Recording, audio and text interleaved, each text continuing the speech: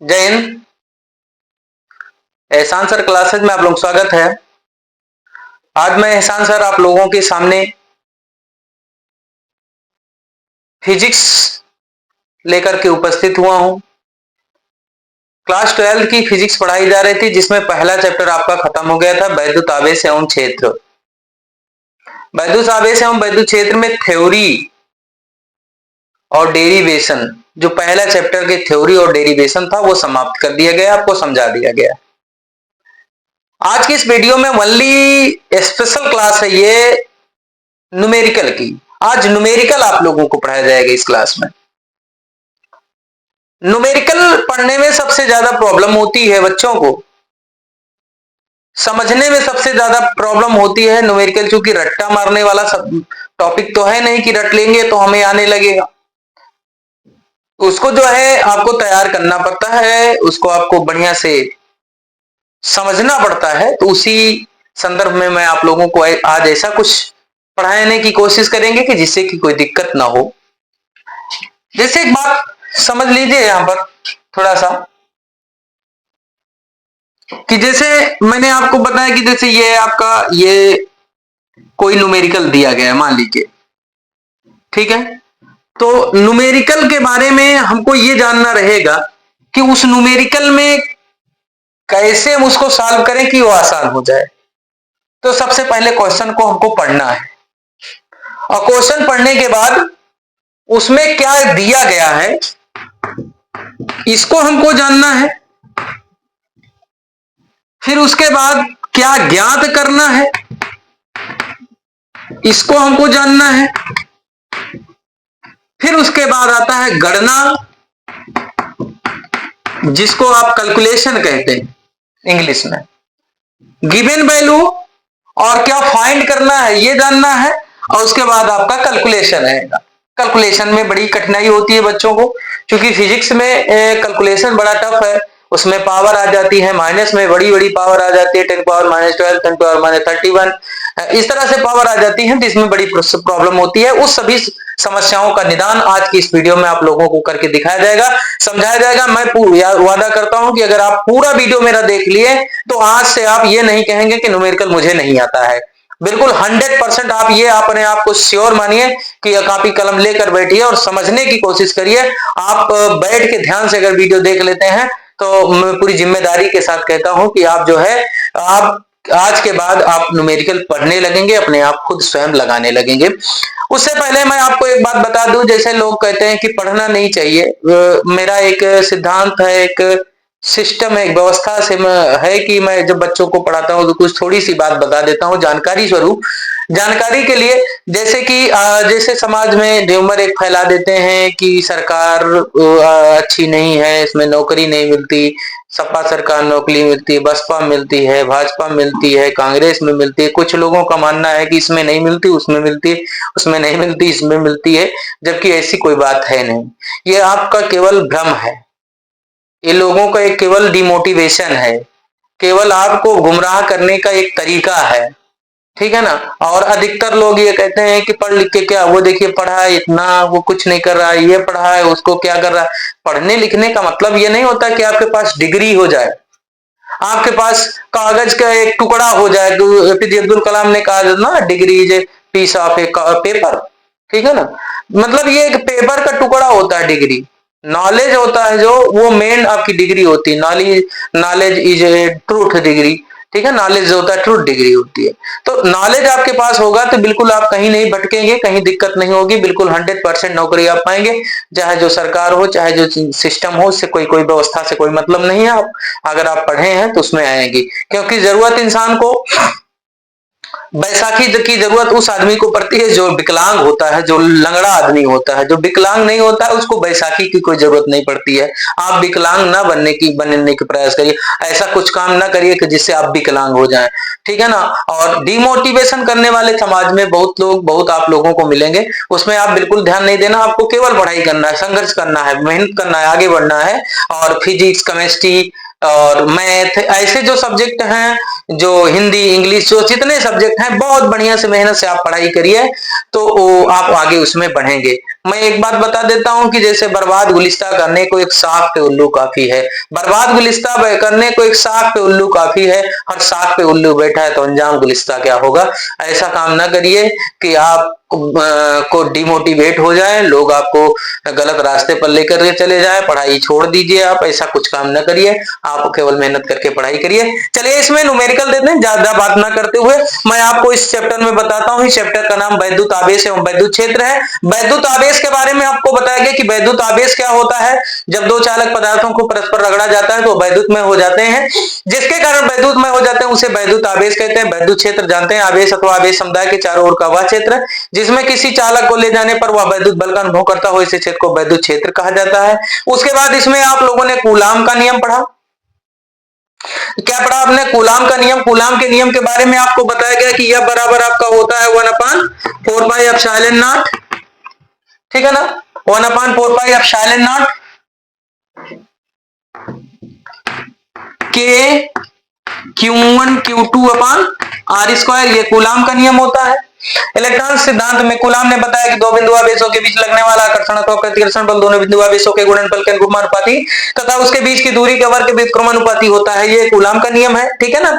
उसके बाद आपको बताया गया इलेक्ट्रॉन सिद्धांत। इलेक्ट्रॉन सिद्धांत क्या है इसके बारे में बताया गया। उसमें बताया गया कि जब कोई आवेश होता है जो अगर वो माइनस में है, ठीक है ना, 10-10 कूलाम है, तो आप जान लीजिए कि इस पे ऋण चार्ज आ गया है, जिसका मतलब इलेक्ट्रॉनों की इसमें कमी हो रही है कि अधिकता हो रही है, इसको आपको जानना है। तो इसमें आप जानना है ना, इलेक्ट्रॉनों की क्या हो रही है, अधिकता हो रही है, ठीक है ना। इलेक्ट्रॉन सिद्धांत में यही बताया गया। अगर पॉजिटिव में होगा तो इलेक्ट्रॉनों की कमी होगी, और अगर माइनस में होगा तो इलेक्ट्रॉनों की अधिकता होगी। इसको बहुत बढ़िया से समझाया गया है, वीडियो अवेलेबल है आपके ऑनलाइन A² क्लासेज में, ठीक है ना। इसके डिस्क्रिप्शन में आपको इसका सभी वीडियो का, फिजिक्स के पहले चैप्टर के सभी वीडियो का लिंक भी मिल जाएगा।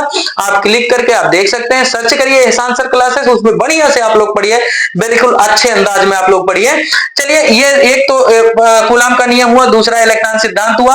और जो बच्चे नए आए हैं सब्सक्राइब कर लीजिए, चैनल को लाइक कर दीजिए, और लाइक करके आगे बढ़िए, लोगों को शेयर करिए, आप भी पढ़िए, लोगों को पढ़ने के लिए प्रेरित करिए। आपके एक शेयर से किसी का भविष्य अच्छा हो सकता है, किसी की जो ब्रेन है वो इंक्रीज हो सकता है, ब्रेन में डेवलपमेंट हो सकता है। शेयर करने की, ज्यादा से ज्यादा बच्चों के पास शेयर करिए, ये दो चीजें होंगी। उसके बाद पढ़ाया गया इलेक्ट्रिक डाइपोल, वैद्युत द्विध्रुव पढ़ाया गया।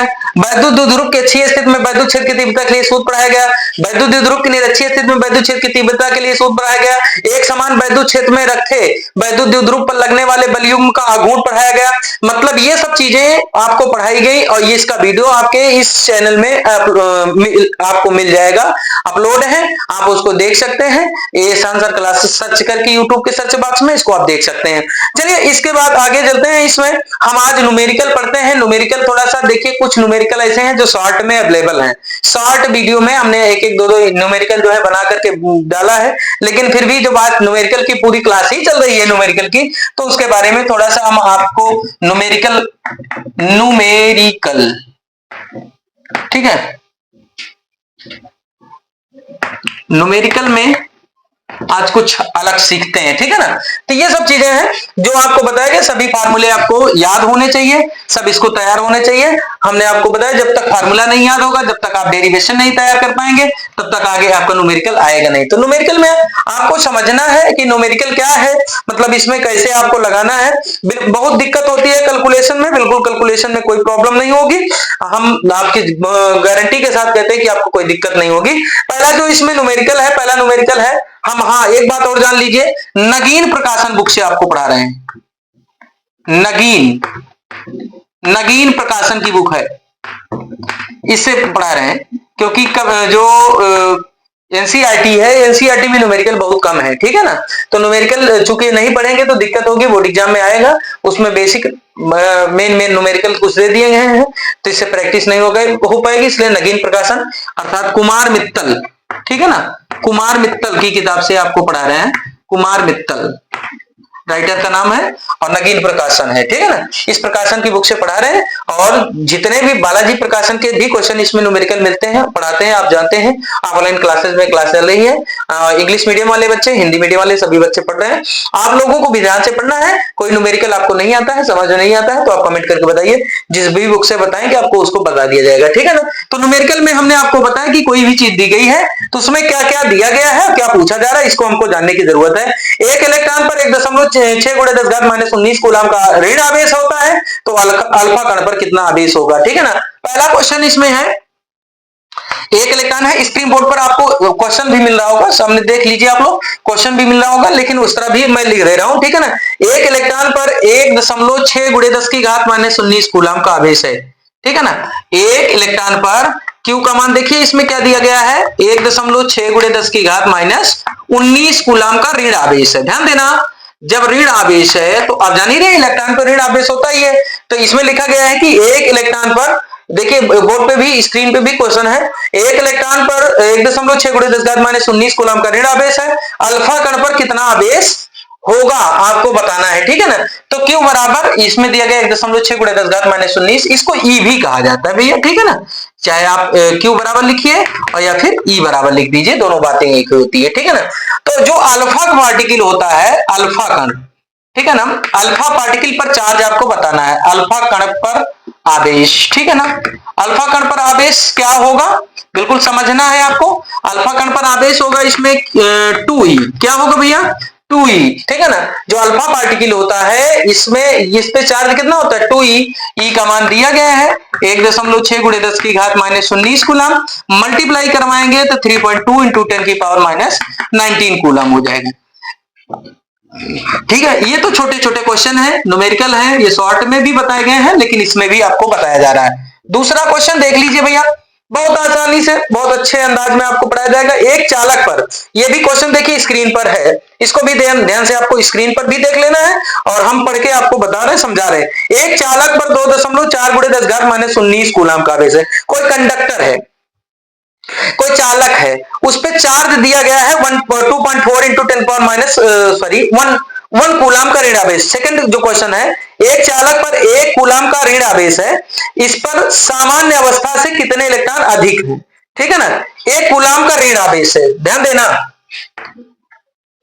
Q बराबर कितना दिया गया है, 1 कूलम, C लिख देते हैं, कूलम हो जाएगा। Q बराबर कितना दिया गया है, 1 कूलम, ठीक है ना। Q बराबर आपका 1 कूलम दिया गया, इसमें कह रहे हैं कि कितने इलेक्ट्रॉनों की अधिकता हो रही है, सामान्य से, सामान्य मतलब जितना होना चाहिए उससे कितना ज्यादा इलेक्ट्रॉन है, इसको आपको जानना है। Q बराबर आपका होता है फार्मूला, इसमें नंबर ऑफ इलेक्ट्रॉन आपसे पूछा जा रहा है, ठीक है। जब निगेटिव चार्ज अगर होगा, ऋण चार्ज होगा तो अधिकता होगी इलेक्ट्रॉनों की ना, तो इसमें ऋण चार्ज लिखा गया है ना, कि एक चालक पर 1 कूलम का ऋण आवेश है, इस पर सामान्य अवस्था से कितने इलेक्ट्रॉन अधिक हो रहे हैं, तो ऋण आवेश है, तो N का मान इसमें आपको फाइंड करना है, कितने इलेक्ट्रॉन अधिक हो रहे हैं, नंबर ऑफ इलेक्ट्रॉन फाइंड करना है।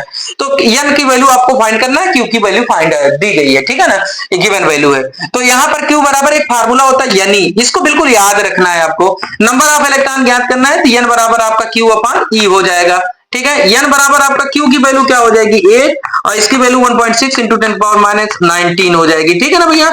इसमें 10 से ऊपर नीचे मल्टीप्लाई कर दिया जाए, तो जब 10 से मल्टीप्लाई ऊपर नीचे कर देंगे तो यहां पर आपका आ जाएगा कितना, यहां पर आपका आ जाएगा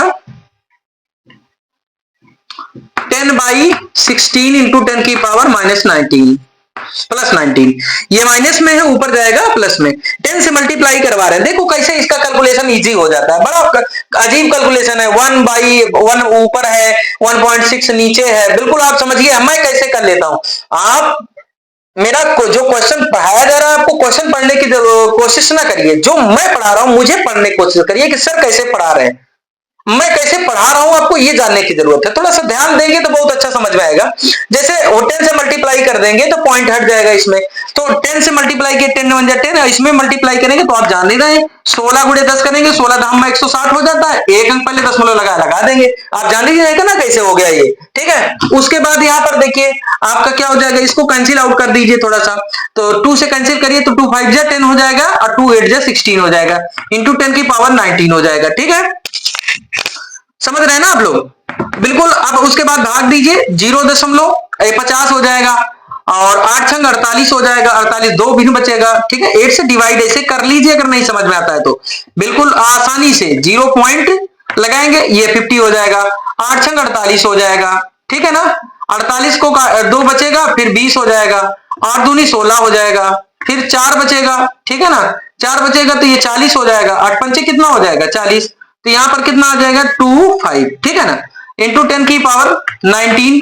इतने इलेक्ट्रॉन जो है इसमें ज्यादा हो जाएंगे, अधिक हो जाएंगे, इतने इलेक्ट्रॉनों की अधिकता हो जाएगी। इसको अगर आप लिखना चाहे तो इस तरह भी लिख सकते हैं 6.25 इंटू 10 की पावर 18, ठीक है। इतने इलेक्ट्रॉनों की अधिकता होगी, इतने इलेक्ट्रॉन इंक्रीज होंगे इसमें, ठीक है ना। इतने इलेक्ट्रॉन क्या होंगे, इंक्रीज होंगे। ये आपका आंसर हो गया, ठीक है भैया। इस क्वेश्चन का आंसर समझ में आया? कोई दिक्कत होती है तो कमेंट करके जरूर बताएं भैया, कमेंट करते रहिए। नए बच्चे जो आ रहे हैं चैनल पे वो लाइक भी करते रहे इसको, ठीक है ना। चलिए अगला क्वेश्चन देखते हैं। बिल्कुल आप समझ लीजिए ये कि जैसे मान लीजिए आप लोग बैठकर खाना खा रहे हैं, उसमें कोई दिमाग नहीं लगाना पड़ रहा, वैसे आपको इसमें कोई दिक्कत नहीं होगी, कोई दिमाग नहीं लगाना पड़ेगा, तो केवल ध्यान दीजिए बस, थोड़ा सा बैठ जाइए बस, ध्यान से एक मन लगा करके सुनते रहिए मेरी बातों को बस। थर्ड नंबर क्वेश्चन देखिए स्क्रीन पे आ गया है। थर्ड नंबर क्वेश्चन है, एक चालक पर 2.4 × 10⁻18 कूलाम का धन आवेश है, इस चालक पर कितने इलेक्ट्रॉनों की अधिकता या कमी हो रही है? धन आवेश होगा, ध्यान दीजिएगा। जैसे ये आपका एटम है, ठीक है ना, और एटम के अंदर जितने भी न्यूक्लियस में, न्यूक्लियस मतलब नाभिक में जितने प्रोटॉन होते हैं उतने ही इलेक्ट्रॉन होते हैं। इलेक्ट्रॉन सेल में क्या करते रहते हैं, मूव करते रहते हैं। इसको आपने खूब पढ़ा है मॉडल में, एटॉमिक मॉडल जो होता है एटॉमिक स्ट्रक्चर में खूब आपने पढ़ा है, केमिस्ट्री में, फिजिक्स में भी पढ़ाया जाएगा आगे, अभी नहीं पढ़ा है फिजिक्स में लेकिन केमिस्ट्री में आपने पढ़ा है। तो इलेक्ट्रॉन क्या करते हैं, मूव करते रहते हैं, तो जितने प्रोटॉन है उतने इलेक्ट्रॉन है। इसमें से इलेक्ट्रॉन जब निकाल लिए गए, देखो इलेक्ट्रॉनों पर निगेटिव चार्ज होता है, प्रोटॉनों पर पॉजिटिव चार्ज होता है। फिलहाल मैंने इसको इलेक्ट्रॉन सिद्धांत में बहुत अच्छा से पढ़ाया है, वीडियो इसका देख लीजिएगा। जितने इलेक्ट्रॉन पे पॉजिटिव निगेटिव चार्ज है उतने प्रोटॉन पर क्या है, पॉजिटिव चार्ज है। तो पॉजिटिव और निगेटिव इक्वल है। जब इलेक्ट्रॉन इसमें से निकल जाएगा तो प्रोटॉन नहीं निकलता है, क्योंकि न्यूक्लियस में होता है, न्यूक्लियस ठोस होता है, सॉलिड होता है, उसमें से प्रोटॉन या न्यूट्रॉन निकाला नहीं जा सकता। न्यूट्रॉन पे कोई चार्ज ही नहीं होता है और इलेक्ट्रॉन और प्रोटॉन पे चार्ज होता है। तो यहां पर जैसे जब इलेक्ट्रॉन निकाल लिया जाएगा तो इसमें प्रोटॉनों की संख्या ज्यादा हो जाएगी, प्रोटॉन पे पॉजिटिव चार्ज है, तो ये आपका जो पूरा सब्सटेंस होगा, जो पदार्थ होगा, ये पदार्थ जो होगा कैसा हो जाएगा, पॉजिटिव हो जाएगा, पूरे पॉजिटिव चार्ज। तो जब धनावेशित होगा तो इलेक्ट्रॉनों की क्या होगी, क्योंकि इलेक्ट्रॉन निकाला है तभी तो धनावेशित हो रहे हैं ना, तो इलेक्ट्रॉनों की क्या हो रही है, कमी हो रही है, इंक्रीज डिस्क्रीज कर रहे हैं, इलेक्ट्रॉन निकल रहे हैं, बाहर हो रहे हैं, ठीक है ना। तो इसमें यही कहा जा रहा है कि एक चालक पर 2.4 × 10⁻18 कूलाम का धन आवेश है, इस चालक पर कितने इलेक्ट्रॉनों की अधिकता या कमी हो रही है? तो क्या हो रही है, कमी हो रही है, क्योंकि इसमें लिखा धन आवेश। धन आवेश है तो कॉमन सेंस की बात है, इलेक्ट्रॉन निकला होगा तभी धन आवेश आया, बिना इलेक्ट्रॉन निकले धन आवेश आएगा नहीं, ठीक है ना। तो इसमें पहले लिखिए क्यू का मान दिया गया है, क्या दिया गया भैया, 2.4 × 10 की पावर -18 कूलाम का धन आवेश, धनावेश है। कैसा आवेश है, ध्यान देना, धनावेश है। जब धनावेश हो जाता है, धनावेश होता है तो आप जान ही रहे क्या होता है, धनावेश होगा तो जान ही रहे ना, इलेक्ट्रॉनों की कमी होगी। अब कितने इलेक्ट्रॉनों की कमी हो रही है, इलेक्ट्रॉनों की संख्या पूछ रहे हैं, number of electron. Number of electron निकालने के लिए क्यू बराबर क्या होता है, यानी, तो एन बराबर आपका क्या हो जाएगा, क्यू अपॉन ई हो जाएगा, ठीक है ना। एन बराबर क्यू की वैल्यू 2.4 × 10 की पावर -18 हो जाएगा, बाई में 1.6 × 10 की पावर -19 हो जाएगा, ठीक है ना। एन बराबर आपका कितना हो जाएगा, 24/16 हो जाएगा, और 10 की पावर -18 हो जाएगी इंटू 10 की पावर 19 हो जाएगा, ठीक है ना।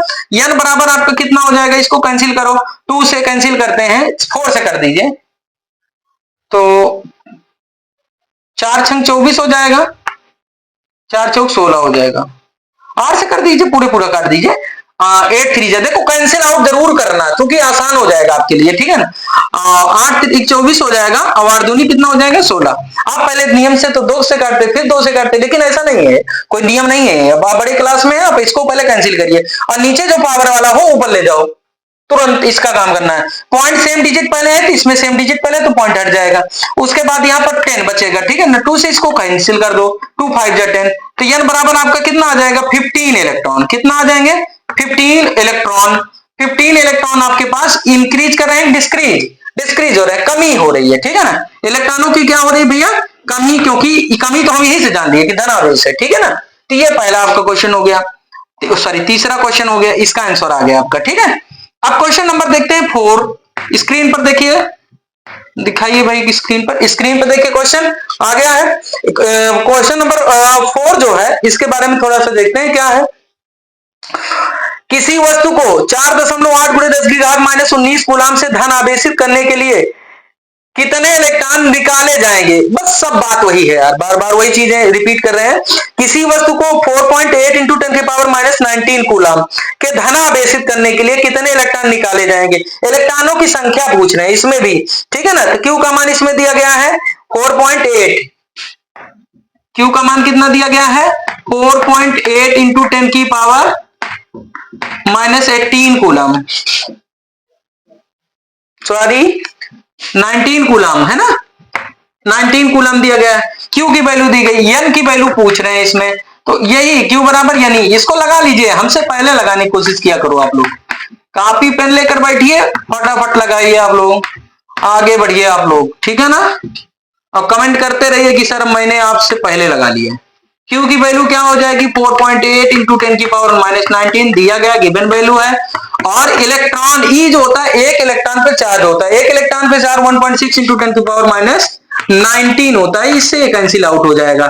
और यहां पर आपका कितना हो जाएगा 48 हो जाएगा बटे 16 हो जाएगा, और n बराबर 16 कितना हो जाएगा 48। 3 इलेक्ट्रॉन क्या होंगे निकाले जाएंगे, ठीक है ना।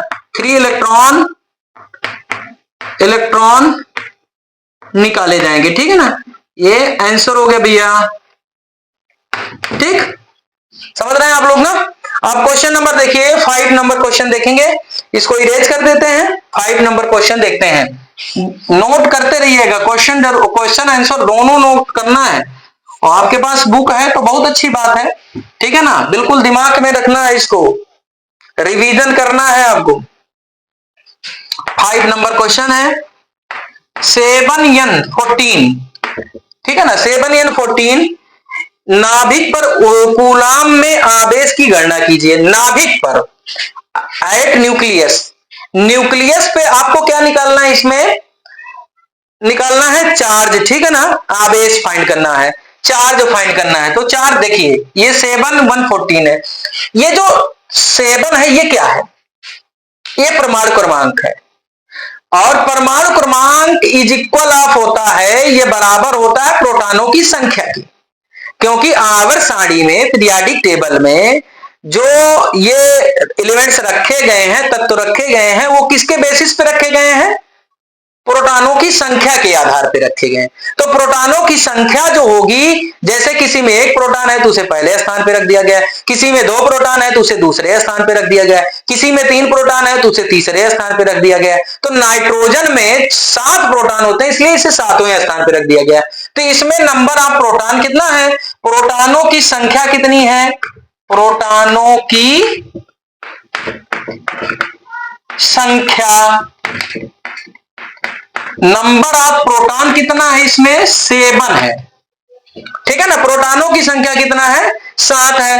अब एक प्रोटॉन पर आवेश, प्रोटॉनों का आवेश निकालना है तो क्यू बराबर यानी होता है, एक प्रोटॉन पर जो आवेश होता है क्यू 1.6 × 10⁻⁻19 होता है, और क्यू बराबर यानी होता है। तो क्यू का मान तो n का मान तो पता चल गया, जैसे इलेक्ट्रॉनों की संख्या निकालते थे आप इसके पहले वाले क्वेश्चन में, उसी तरह से इसमें प्रोटॉनों की संख्या पहले दी गई है, तो n का ही तो मान है वो, ठीक है ना। तो यहां पर 7 हो जाएगा गुणे 1.6 × 10⁻⁻19, इसका मान आप जान लीजिए, कोई नील में आपसे पूछे तो बता दीजिएगा ई क्या है ना, एक इलेक्ट्रॉन पे आवेश है ये स्मॉल ई, ठीक है ना। तो यहां पर आप 7 से गुणा कराइए, 7 × 42 के 2 हासिल 4 हो जाएगा, 7 करने 7 4 11 हो जाएगा, गुणे 10⁻⁻19 हो जाएगा, इतना कूलाम आवेश आ जाएगा, ठीक है ना भैया।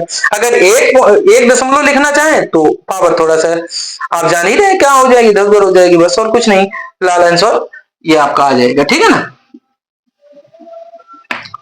मतलब एक अंक इधर अगर दशमलव लिखेंगे तो इस पे जो है क्या हो जाएगा, पावर 18 हो जाएगी, ठीक है, 18 पावर हो जाएगी। अब एक बात समझिए, इस पे आपसे पूछे, कोई पूछे कि धनावेश है कि ऋणावेश, तो क्या बताएंगे आप, धनावेश है, पॉजिटिव चार्ज है, ठीक है ना। अगला क्वेश्चन, क्वेश्चन नंबर 6।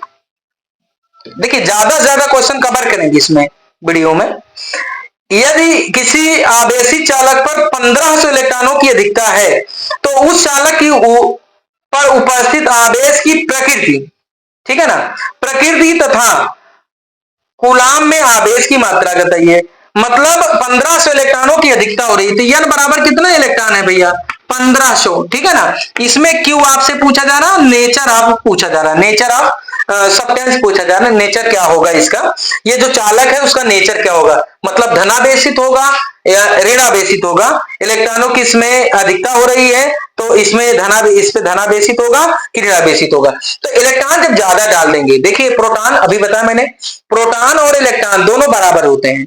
अगर इलेक्ट्रॉन ज्यादा डालेंगे तो इलेक्ट्रॉन पे निगेटिव चार्ज होता है, तो ज्यादा डालेंगे इलेक्ट्रॉन तो निगेटिव हो जाएगा, निगेटिव चार्ज आ जाएगा, ठीक है ना। तो ये जैसे यहां पर आपका क्या हो जाएगा, ऋणावेशित, कैसा हो जाएगा, ऋणावेशित, इसके जो प्रकृति होगी वो ऋणावेशित होगी, ठीक है ना। उसके बाद आपको निकालना है इसमें Q बराबर यानी, Q बराबर यानी, तो Q बराबर n का मान कितना रखेंगे, 1500 गुणे 1.6 गुणे 10 की घात -19, ठीक है ना। इसका मल्टीप्लाई करवाते हैं, थोड़ा सा इसे पार्टीशन डाल लेते हैं, यहां पर आगे लिखते हैं Q इज इक्वल ऑफ, तो 16 से गुणा कराइए, 16 शून्य शून्य, 16 पंचे 80, ये देखो 16 का करवा रहे हैं, एक जीरो इसमें से निकाल करके गुणा करवा देंगे तो ये हो जाएगा 16 पूरा पूरा, ठीक है ना। और अच्छा लिखना चाहें तो ये 2 जीरो हटा के इसमें पावर घटाइए, लेकिन हम सोच रहे हैं कि इसे कर लेते हैं, ठीक है ना। और आप लिखना चाहें तो इसे भी लिख सकते हैं। तो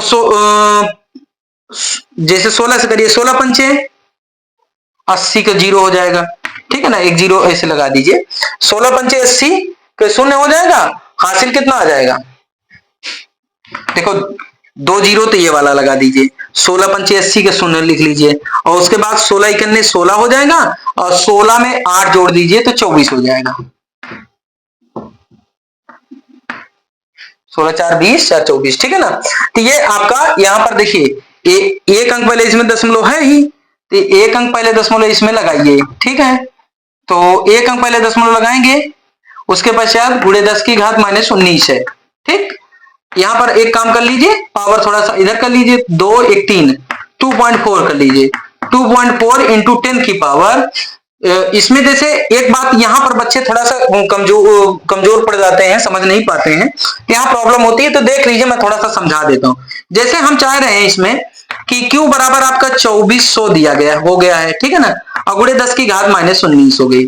अब इसमें हम चाह रहे हैं कि दशमलव हमारा यहां आ जाए, तो कॉमन सेंस की बात है, अगर हम दशमलव यहां लाएंगे तो हमको भाग देना पड़ेगा, ठीक है ना। तो यहां पर हम 1000 से भाग दे देंगे 10 की घात 3 से, और 1000 से यहां भाग दे देंगे, 1000 से गुणा करवा देंगे, ठीक है। 1000 से गुणा करवा, 1000 से भाग, 2 जीरो से 2 जीरो कैंसिल हो गया, ठीक है ना। बचा यहाँ पर ये, तो आपका भाग दीजिए, तो 10 दूना कितना हो जाएगा, 20 हो जाएगा, फिर पॉइंट लगाना ही पड़ेगा आपको, तभी तो 4 बचेगा, जीरो बढ़ाएंगे 40 होगा, 10 चौक 40 हो जाएगा, और यहां पर 19 में से 3 घट जाएगा, तो 16 3 19, इतना कूलाम आवेश इसमें आ जाएगा। और इलेक्ट्रॉन की अधिकता हो रही है तो इसमें जो आवेश होगा वो क्या होगा, ऋणावेशित होगा, ठीक है ना। समझ गए आप लोग ना। वीडियो कैसा लगा कमेंट करके बताइए, कोई भी डाउट होगा, अभी तो छोटे छोटे क्वेश्चन है, नॉर्मल है, बेसिक है, लेकिन बड़े इंपॉर्टेंट है। इसमें जितना बताएं, एक क्वेश्चन 100% श्योर है कि बोर्ड एग्जाम में आएगा, 100% श्योर है कि ये बोर्ड एग्जाम में आएगा, ठीक है ना।